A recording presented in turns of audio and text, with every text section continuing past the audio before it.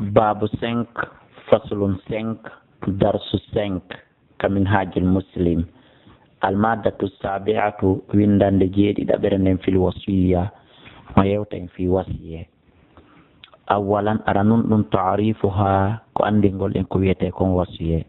الوصية وصية هي دون العهد كأحد بالنظر سبندار قول سبتسك قول في شيء في هون أو التبرع ما ودقول إجرة بالمال جودي وديرقول جودي إجرة بعد الوفاة باونتي معي. وهي بهذا التعريف سبندي أندنا ندو نوعان دون ونا نوني جديد. الأول أرنون وصية كوصية إلى من يقوم فادي أمن درنو بتسديد دين mono yoɓita ñamale ɗen ɓaawo mayɗon aw itta e haqqin ma mono jonnita haqqeji kalifuji awi nasari ma ɗum darugol tasko fi sha'ani awladin fi fiyake ɓiɓɓe sugari tosokuɓe mono okippo e maɓɓe laɓologomi ha faade helli feede maɓɓe. wasani noni ɗimmo on wasiyatun ko wasiye bima yusarrafu faade konko firlisete ilal jihati faade naɓe faade bangeji almusu alaha wasiyaɗi ɗin fi muɗum bihi e muɗum. saniyan ɗin mun ɗon hokkumo ha ñawore mum nde. alwasiyatu wasiya mashru'atun ko sar'ina ɗum bi qawlillahi ta'ala ya ayuha alladina amanu shahadatu yusidintin baynikum hakkunde mon ida hadara si tawama hadakum goɗɗo mon almawtu mayde nden hina alwasiyati sanga wasiya on ithnani dawa adilin minkum. وقوله تعالى من بعد وصية يوصي بها أو دين. وقول الرسول ما كن الله صلى الله عليه وسلم ما حق امرئ هاننا نئر مسلم جلده له مرء ما يوصي فيه ندعوا وصية درم يبيت والو ينتا اندين هون ليلتين بلدي جمع جيده موالو دادي مون إلا وصية سونا ko hani kon tawa wasiye makko maktubatun wonti no windaɗo wallina neɓi indahu takko makko tawa si o maayi waliyaɓe makko ɓen koyo ndaru ɗon tun. wa tajibu hino waɗɗo alwasiyatu wasiye on ala man alayhi e dow mo on mo woni e hoore mum daynum ñamande aw indahu mamon e jungo mum wadi atun kalifu aw alayhi mamon e jungo mum hukugun haqqeji khashiyata kulol an yamota fi wata o maayo fatadi o yeebo amwalu nasi jawle yimɓe ɓen wa huququm e haqqeji maɓɓe ɗin fa yus'ala anha o landito yeefimajji yawmal qiyamati ñande dangal. kama tustahabu wono yiɗira alwasiyatu wasiye liman lahu wonande on mo wodani ɗum maalum jawdi oɗo wona wajibi kono hino yiɗanamo nde o wasiyoto maalum jawdi kathirun ɗuɗu ndi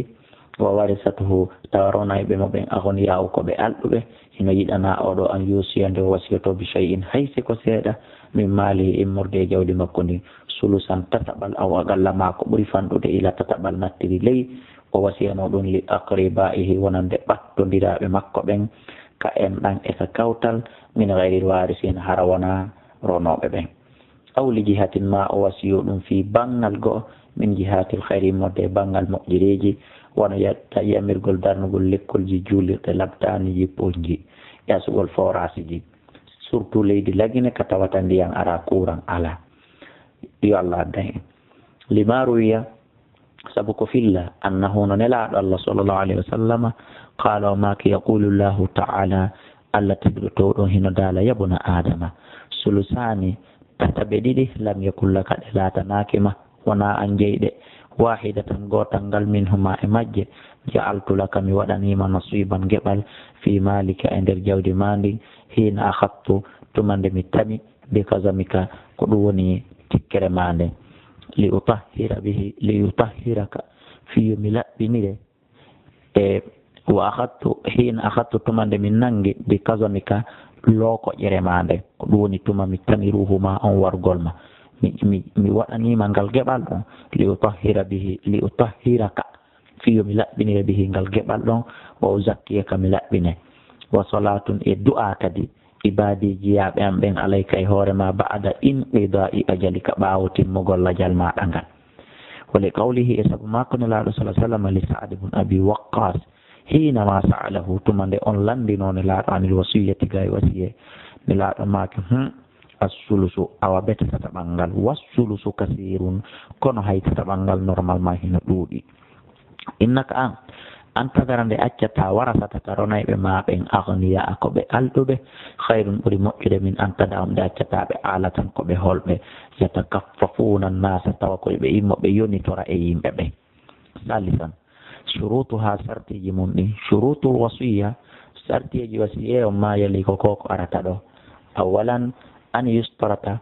konde sartinte fil musa lahu en wonaɗo wasiyede mum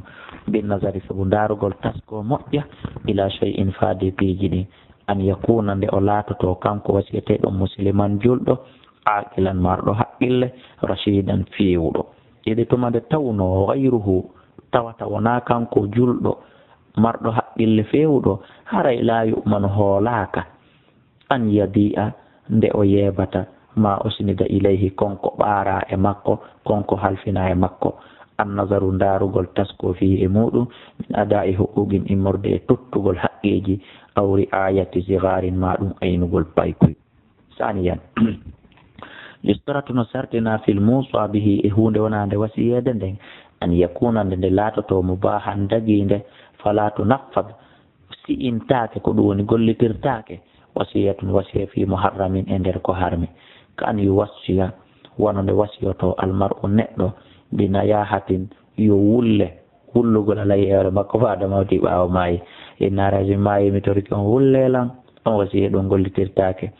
aw yusiya ma o wasiyo bi malin jawdi ila kanisatin fi darnirgol ɗi coociru si o maayi aw ila bid'a ma naɓugol mbuɗɗin finance ɗi e bid'a makruhatin añaaɗo aw ila majlisi lahawin ma naɓugol ɗi faade majlisiji ka beleɗe waɗete o masiyatin ma jeggi ɗi wasiyeji ɗo fof si o maayi gollitirtake ko jawdi ndin ƴettanaɓe e contraire ko o wi kombi manaɗi naɓe faade e ka moƴƴi. rabi'an yustaratu no sartina fi man usiya lahu e on wasiyeteɗo on wasiyanteɗo jawdi ndin bi shay'in seeɗa an yaqbalahu an yusiya lahu faade on wasiyanteɗo bi shay'in goɗɗum an yaqbalahu de o jaɓata ɗum fay rafadahu so salike batolotare boni alwasiyatu wasiye on wala haqqa lahu haqqe alanama ba'da dalika ɓaawo ɗum ɗon fihi e nder jawdi ndi o mara droit yittetegol inna o ɓooyimi hendoto tel mami warrayni. rabi an no yaɓunɗo ahkamuha ko ñawoji mum ɗe ahkamul wasiyati ñawoje wasiya on hiya ɗum awalan ara nun ɗum yajuusu no dagano liman awsa wonande on wasiyaɗo bi shay'in goɗɗum ba'da mawti ɓaawo maygol makko an yarjiya nde o yiltitoto kadi fi e ko wasiyi ko o wiya ko min wasiyatino kaari kono joni mi ɗuyti ko tel joni mami ɓeydi ko tel ma ko min nani kon kaari joni ko kaari e kaari hawti ɗum ɗon o woddanimo nde o yiltitoto o bi gayri ma ko hina ɗum kama yasha'u noone wono faalira li kawli umar radiallahu anhu anande mako sayyidina umar yughayyiru rajul wo gorko hino soɓina min wasiyatihi e nder wasiye makko o ma yasha'u gerugol kala ko faala madama o ma yaali. rabi'an wala yajuzu saniyan ɗin mun ɗum la yajuzu dagotako liman lahu on mo wodani ɗum warasatu ronoɓe an yusiya nde wasiyoto bi akthar ko ɓuri ɗuɗude min sulusi malisi immorde tataɓal jawdi makko ndi li kawli sabu mako nelaɗo sallah sallam li sa'ad waqad sa'alahu tawi sa'ad landike mo qailan o wi afa atasaddaku ene yomi ittu sadaka bi sulusay mali tataɓe ɗiɗi jawdi anni qala sallah sallam nelaɗo maki la o oye qala wi fashatru yomi wasiyo feccere ya rasulallah kala nelaɗo maki la o oye qala o wi awa fa sulusu yomi wasiyo tataɓal qala sallah sallam nelaɗo maki assulusu awa tataɓal ngal koni wa sulusu kono hay tataɓal ngal katirun hino ɗuuɗi innaka an tadara nde accata warasata ka ronoɓe maɓe agniya ko alɗuɓe hayrun ɓuri moƴƴude min an tada on ndi nde accataɓe alatan hara koɓe hoy huluɓe yatakaffafuna tahiɓe immo fawto yowito wengo annasa e hoore yimɓe ɓen famike ka. salisan la yajuzu dagotako alwasiyatu wasiye on lil warisi wonande gasowo ronude duwaɗo rondema a wasiyotako mo fus wa in qallat haystay fanɗi hatta yujiza ha dagina ɗum ha jaɓa yana sa'irul warasati dendanangal ronoɓe ɗimmoɓe makko ɓen baɗa wafatil muusi ɓaawo maygol wasiyiɗo on wadalika ɗum li kawli sallah sallam inna allaha qad ata gomɗi o jonni kulladi haqqin haqqahu fala wasiyata wasiye alanali warisin ronowo illa an yasha al warasatu sowna ronoɓe hedditiɓe yiiɗa jaɓa. rabi'an ida lam yafi sulusu so tawi woni tataɓal ngal timma almusa bihi wasiyangal ngal bi kafatil wasaya dendanangal ko wasiya fi mum kon masalan on tigi ni ƴette tataɓal jawdi anni darnanollal l'école hokkanollankaari 1 million windanollankaari hajju tawano e nder ngal tataɓal fof ngal timma 100 million innama darnugol l'école innama naɓugol kaari hajju wiyama hokkugol kaari 1 million tawa noon ngal tataɓal ko hunde wotere nde yonata haray ko honno warrete usima haray koyo ngal tataɓal sende ala jihatil musa e dow bangeji wasiyaɗi ɗilla ha wonande mo bissa wiyete e hoore fotodiral kamal hasatan wono sendirte noon geɓe ɗen lil gurama e wonande ñawlaɓe ɓen si woni ñawliɗo on perdi no jawdi makko ndin ƴettete noon sendire e hoore ñawlaɓe ɓen haray joni ko on 100 million mo wasi ɓay ko ɗoni tataɓal jawdi ndi masalan masi ko 1 million tataɓal jawdi ndi ko ɗum ƴettete fecce ɗon 300 000 waɗe fi duwaɗo hajjoyde on 300 000 fi l'école on 300 000 fi wasiyaɗo 1 million on kono gerdete masalan famike ka on acce hakke ko hito ngon ala towde kon ɗo wonaka ami woni ɗo joni noon e jama wonɓe ɗa gaɓen ɗanike ɗo huuli townugol hito ngon wota soñdia waɗuma wota empêchement waɗu ko ɗum waɗi so hito ngon hino jolti hamisan jowa ɓum ɗum la tunaffadu ko ɗum woni gollitirtake alwasiyatu wasiye on illa ba'da sadadi duyuni sona ɓawo yoɓugol ñamale ɗen tahugoy nde gawli ali radiallahu anhu qada rasulullah sa sallam nelaɗo allah ñaawi biddayn fi ñamale ɗen taho qabla alwasiyati ko adi wasiye wa dalika ɗum li anna dayna saabu ñamande wajibun ko waɗɗinde ko forcé yoɓugol alwasiyatu amma noon gollitirgol wasiye on tabarru on ɗum ɗon ko ɗiggere jommum waɗi bimana ko naafila wal wajibu wajibi on mo gaddamun woni ko adorte ala tatawu'i e dow naafila on sadisan tasihu hino sella alwasiyatu wasiye bil majhuli e hunde majjande nde en anda awil ma'adumi ma ɗum wasande nde ala ittuma nde tawno hiya ɗum tabarru on ko ɗiggugol imana ko naafila wahi sanum ko moƴƴagol fa in hasolat si tawi woni e nden hunde heɓike fabiha haray ko sabu muɗum wa ni'matu moƴƴi fabiha wa ni'mat haray moƴƴi hawri wa illam tahsul tawi heɓaki fala haraja ɓittere ala goɗɗo wasike jonnanelan kaari 1 million o maayi on 1 million yiyaka probléme o ala ana ñamande wa dalika ɗum ka an yuusi almar'u ko wano nde neɗɗo wasiyoto bima tuntija hanamuhu ko dammi makko ɗi rimata kon o inna waray si dammi an ɗi rimi aray on ƴetta e dammil te jonnanollan kaari aw bima tagaluhu asjaruhu ma konko leɗɗe makko ɗe rimata si leɗɗe an ɗe rimi on itta e ɗon mangoje tel ma ɓoranollan bantaraje tel jonnanollan kaari dammi ɗi ron karimude masalan ma bantaraje ɗe ron karimude sabi an yasihu hino sella qubulul isa'i jaɓugol wasiye on fi hayatil musi e nder gurdam wasiyi ɗon wa ba'da mawtihi e ɓawo maayi fof no selli kono noon ko ɓuri hanude kon ndey ko accugol ha o maaya geɓal wasiye on sellanima tuma mayɗo maayi wono woniri kadi ronoɓe ɓen jawdi ndin ɓe jeyidi tuma mayɗo maayi kama anna lil musi wono woni kadi no dagani wasiyi ɗon an ya'zila nafsahu ko ɗum woni nde o sortata wonki makko kin mi mana nde o ittata wonki makko kin o hawjina hoore makko talama yakhsha e nder juutugol konko tawata himo huli ndiya a yeɓagol ma wasfa fihi ko wasiyi kon e muɗum min malin immorde e jawdi aw hukukin ma haqqeji aw yatama ma ɗum alyatimaɓe saminan man usiya kala wasiyiɗo fi shay'in fi hunde muayyanin toɗɗade kala wasiyaɗo e makko fi hunde toɗɗade la yuzlaw dagantako ma attasarrufu ittugol nden hunde ɗon naɓana fi gayrihi tana on ɗon li adami wujudil idni sabu wasegol wodugol duganede nden na ɗum o duginana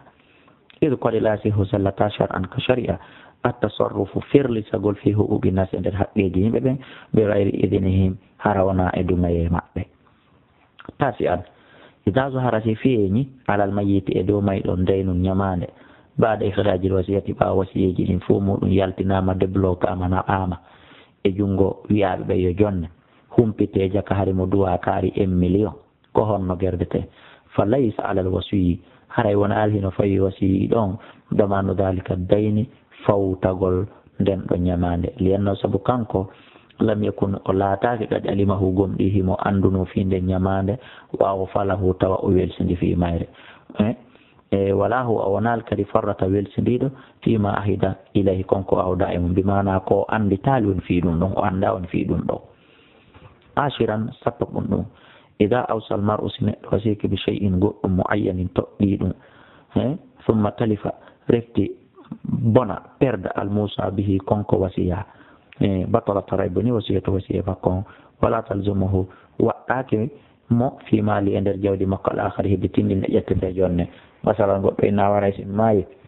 o ƴettanayi lan deftere kaarire okkanon lan kaari omo aya nden deftere ɗaɓɓite nder on keyi edeta nden nandi majjino ma bonino ma wujjanoma ma no gasara okkitirino aray innetake ɓay o lanni wasiyade joni ndaren deftere kaarire remplace en aray ɗum ɗon ala toon famike ka alhaadi ashara ida awsa so tawi woni wasiki almar'u neɗɗo li warisen fironowo wasiyatan wasiye ثم لم يجزها رفتي دقنالي جبالي يانالي وصية بعض الورثة يغيرون وأجازها البعض يغنون جبي الآخر هدتئ نفذت كو يقول لك في نصيبه قبل من أجازها بين دقين بي دون من لم يجزها قوري كو ألدا اندر جبالي من فيو هذا يستيوني وصية ناما مثلا وصية بيتانكاري وكنا إلى 1 مليون ɓeya ɓen goto ɓe yimenen men sali ɓeeɗa yimen jaaɓi haɗa 1 million koye jaɓe e nder koye ƴette e nder geɓe jaɓuɓe ɓen jonne oya sende noon koye biti kon haɗa ƴettetake e nder geɓe ɓe jaɓali ɓen li qawli sallllahu alayhi wa sallam sabu mako nelaɗo illa an yasha al warasatu sowona ronoɓen yiiɗa asani asara man qala kala wiwɗo fi wasiyati e nder wasiya makko o inna awsaytu mi wasiyanike li awladi fulanin ɓiɓɓe kaari ɓen bi kada wa kada ni kana haray latani kilil musa lahum ɓen wasiyanaɓe ɗon bisawiyati e fotodiral dhukuran wa aw inasan worɓe foti ko laati foti ko rewɓe ɓiɓɓe kaari ɓen nokkiɓe 1 million haray on 1 million ɗon koɓe fecce hakkude maɓɓe ɓe fota ter mo ɓe 100 000 siko ɓe sappo mo ɓe 50 000 siko ɓe nogayo on faami ka mo ɓe 500 000 si tawi ko ɓe ɗiɗo li anna lafdal waladi sabu konngol ɓiɗɗo ismal hino mofti ɗon addakara wal unsa gorko e debbo li kawli ta'ala yusikumullahu allah wasikum fi awladikum e ɓiɓɓe mum ɓe liddakari no wodani gorko mislu hawjil untayen yerge ɓarrewɓe ɗiɗo kama anna wono woniri man qala kala wiɗo awsaytu mi wasiyanike li bani fulani ɓiɓɓe kaari ɓen bi kada wano ni kana haray ɗum ɗon kadi laatanike liddukuri worɓe ɓen ɗum dunal inas ko alda e rewɓe oman qala kala wiɗo usi mi wasiyanike li banati fulani ɓiɓɓe jiwɓe kaari ɓen bi kada wano ni fa waray ɗum ɗon kadi lil inas ko ɓiɓɓe jiwɓe ɓen fakat pet asalis asara man kataba kala winduɗo wasiyatan wasiye walam yushir alayha tawa o seedinali e hoore wasiya jagatino dago malam yalam malam yu'lam madama andaka humpitaka annahu no kanko kadi raja gomɗi o yiltitike fiha e wasiya o fatabatul haray wasiya on bona hinaydin on tuma wala tunaffad o wollitirtake kayfiyatu kitabati wasiya mbaadi noon joni no wasiya on windirte ba'da albasmalati wa hamdihi ta'ala ɓaawo bisimillahi on e yettugol allah e juulgol nelaaɗo e hino o wi'a haada ɗum ɗo ma awsa bihi ko ɗum ɗo woni ko wasi fulani bun fulani kaari mo kaari wa shuhuduhu e seedeɓe makko ɓe mbihi e muɗum arif wa shuhuduhu seedeɓe makko ɓe mbihi e ko wasi kon arifuna hiɓe andi fi sihhati aqlihi e nder sellugol haqqille makko hari o feeta o panikaki wa subuti faami e tabutugol faamu makko on ko ɗum woni hari o komiɗaali wa huwa tawi kanko yashhadu mo seediti kadi an la ilaha illallah wahdahu la sharika lahu wona o keefeero wa anna muhammadan abduhu wa rasuluhu mo seediti wa anna aljannata aljanna haqqun ko goonga wa anna naara yiite ngen kadi haqqun wa anna sa'ata darngal ngal kadi aatiyatun ko arengal la rayba fiha wa anna allahi mo seediti kadi wonde allah yabathu o immintinay man fil qubur awsa o wasiyanike waladahu ɓiɓɓe makko ɓe waala o ɓeygure makko nde wa qirabata o e ɓattodira e makko ɓe o wasike ɓen ɗo fof bi taɓu wallahi kulol allah azza wa jalla ɓay kala wasiyotoɗo ko ɗum ɗo o hani adade wasiyade wa ta'atihi doftagol mo kanko allah subhanahu wa ta'ala o wasike ɗum ɓiɓɓe makko ɓen e ɓeygure makko ndin fuu والتزام إن غني تقول درنو شريعته شريعة الله دين وإقامة دينه إن ينقل دين مكوكا والموت ما يدن والموت ما يقول وسيك بكدي بوكل بما على الإسلام كما أوسع وأنه وسيورني عفى الله عنه يو الله أن يعفم ولطف به ونويم ويرميم أنه وندكوني إذا نزل به جبك مكة الموت ما يندم بما ناسي ومايو الذي عندما كتبه الله لألا فرلي على خلقه ورتقور مكة أن يحتاط waɗete hakkilde rentete ala tarkatihi e dow accande ko acci ko mbi mana jawle ko acci almukhallafati luttina ɗum acca ɗum ɓaawo anhu ga e makko fo yabudaw haray o fuɗɗori min ha e muɗum bi tajhisihi e heɓilgol ɗum bi tajhisihi heɓilgol fi makko wa takfinihi e waɗegol makko kasange wa dafnihi e surregol makko summa yusaddida retti yoɓe ma alayhi kala ko fayimo min adduyuni mode ñamale o shar'iyati sharia yankoje almustaqirati tawnode ko ñiiɓuɗe tabiti fi dimmati e dande makko wallati e kala e ñamale aqarra biha ɗe tawata o qirritike ɗum bi hadarati shuhudihi e nder leerde mayde nden tawimo wahiya tawa ndin on nde ñamande ɗon li fulanin ko wonande kaarijo kada wanu ni wa an yukhrija e nde yaltinte anhu ga e makko nde ittantemo min sulusi malisi e nder tataɓale jawdi makko ndi li fulani naɓane kaarijo kada wanu ni summa ma bagi kala ko heddi yaɓusimuhu ɗum ɗon sende bayna warasati hakkunde ronoyɓe mo ɓen wahum koni ɓe ronoyɓe mo fulani mo fulani ko kaari e kaari alal faridati e dow geɓe allah tiɗen chara allahu taala ɗe allah shar'ini ka qur'an ɗum ɗon na kanko yeɗata wa awsahu o wasikemo an yanzura nde o darata fi awladihi e ɓiɓɓe makko nde o taskotoɓe o okkippo e maɓɓe assihari tosokoɓɓen wahum kon ɓen ɓikkoy fulanum ko kaarijo wa yahfaza lahum ko ɗum woni o renanaɓe o aynanaɓe ma yahussuhum konko hertinani ɓe min attarikati immorde e jawle accaɗe ila hini bulughihim ha sanga helli feede maɓɓe wa inasi rushudihim e feeñugol ɓangal peewal maɓɓe ngal awsa bidalika o wasiki ɗum ɗo jami'ihi dendanangal mum ilayhi faade muɗum wa awwala e wattama yiili o ƴewtike ba'dallahi ɓaawo allah e ba'dallahi ba'du ɓaawo ɗum ɗon wa awwala o ƴewtini ko ɗum woni o watti ɓiɓɓe ɓen ba'dallahi ɓaawo allah subhanahu wa ta'ala alayhi e hoore on mo wasi ɗon bi mana o halfini ɓaawo o halfinde legoy allah ɓaawo o torade yo allah wattan mo yiili ɓaawo ɗum ɗon o waɗi ɗum ɗon alayhi e hoore mo o wasi on li ilmihi sabu andugol makko kanko wonɗo maayide on bi dinihi diina o mo wasi o amanati e hoolare makko nde wa adalati e nun al makko ngal wa kifayati e fawtande makko nde wa ja'ala lahu allah waɗanimo yananimo an yusnidahum nde o ɓarata ɓikkoye makko koye haalegoye nde o accirta ɓe ila man yasha faade kala on mo yiɗi o yusiya bihim o wasiyanoɓe ila man ahabba faade ɓen ɓe o yiɗi yo takkanmo ɓiɓɓe makko ɓen allah hino yananimo ɗum wa qabilal wasiyu jaɓi wasiya on albadkuru janta ɗum minhu e muɗum minhu immorde e makko dalika ɗum waɗi fi majlisil isa'i e nder jonde wasiye on wa amama shuhud e yeeso seede ɓen ɓubulan jaɓande shar'iyan sharia yankore wa shahada seedinama alayhima e hoore maɓɓe bidalika sabu ɗum ɗo wa jara dogi taw ɓi'uhu waɗugol ɗum ɗo winda ɗum ɗo halda ɗum ɗo ba'da taharirihi ko ɗum woni ɓaawo rinɗugol makko ko ɗum woni ɓaawo e suɓagol makko ndimuyagal makko bi mana hurriya makko alegoy ɗum ɗo waɗi ɓaawo e indépendant makko wona o forsaɗo wa qira'atihi e jangge makko bi tarihi kada e nder o sa'i ɗo ni tel haray ko ni woni lettere wasiye on no windirte musidɓe julɓe on acca e hakke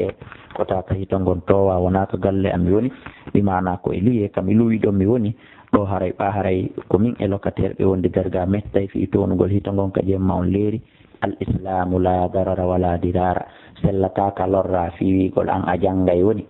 ma an a juulay woni ma an ko kaseti alqur'ana wattuɗa ka lorra hedditiɓe ɓen amma noon so tawi woni kaka nder galle humma ko jeyɗa hiɗa wawi townude ɗon hito ma ngon e hito radio ma ɗum kadi tawatana ko yawtata galle ma ɗen yaha e galleli kawtalji ɗin. amma si ɗe nder suudu luwandu andi ɗum ɗo wona hito ma ngon feƴƴi chambre ma on yawta yaha e ɗiya chambre ji ɓe ko ɗum yotton hito ngon no jultere on yaafoto e kala ko famini toon alhamdulillahi ko faminaki o toujours numéro téléphone ji ɗin no woodi 657 ka Selcom 60 53 09 631 ka Intercell 60 53 09 628 même numéro ka Orange 601 même numéro ka Sotelji wallahu a'la wa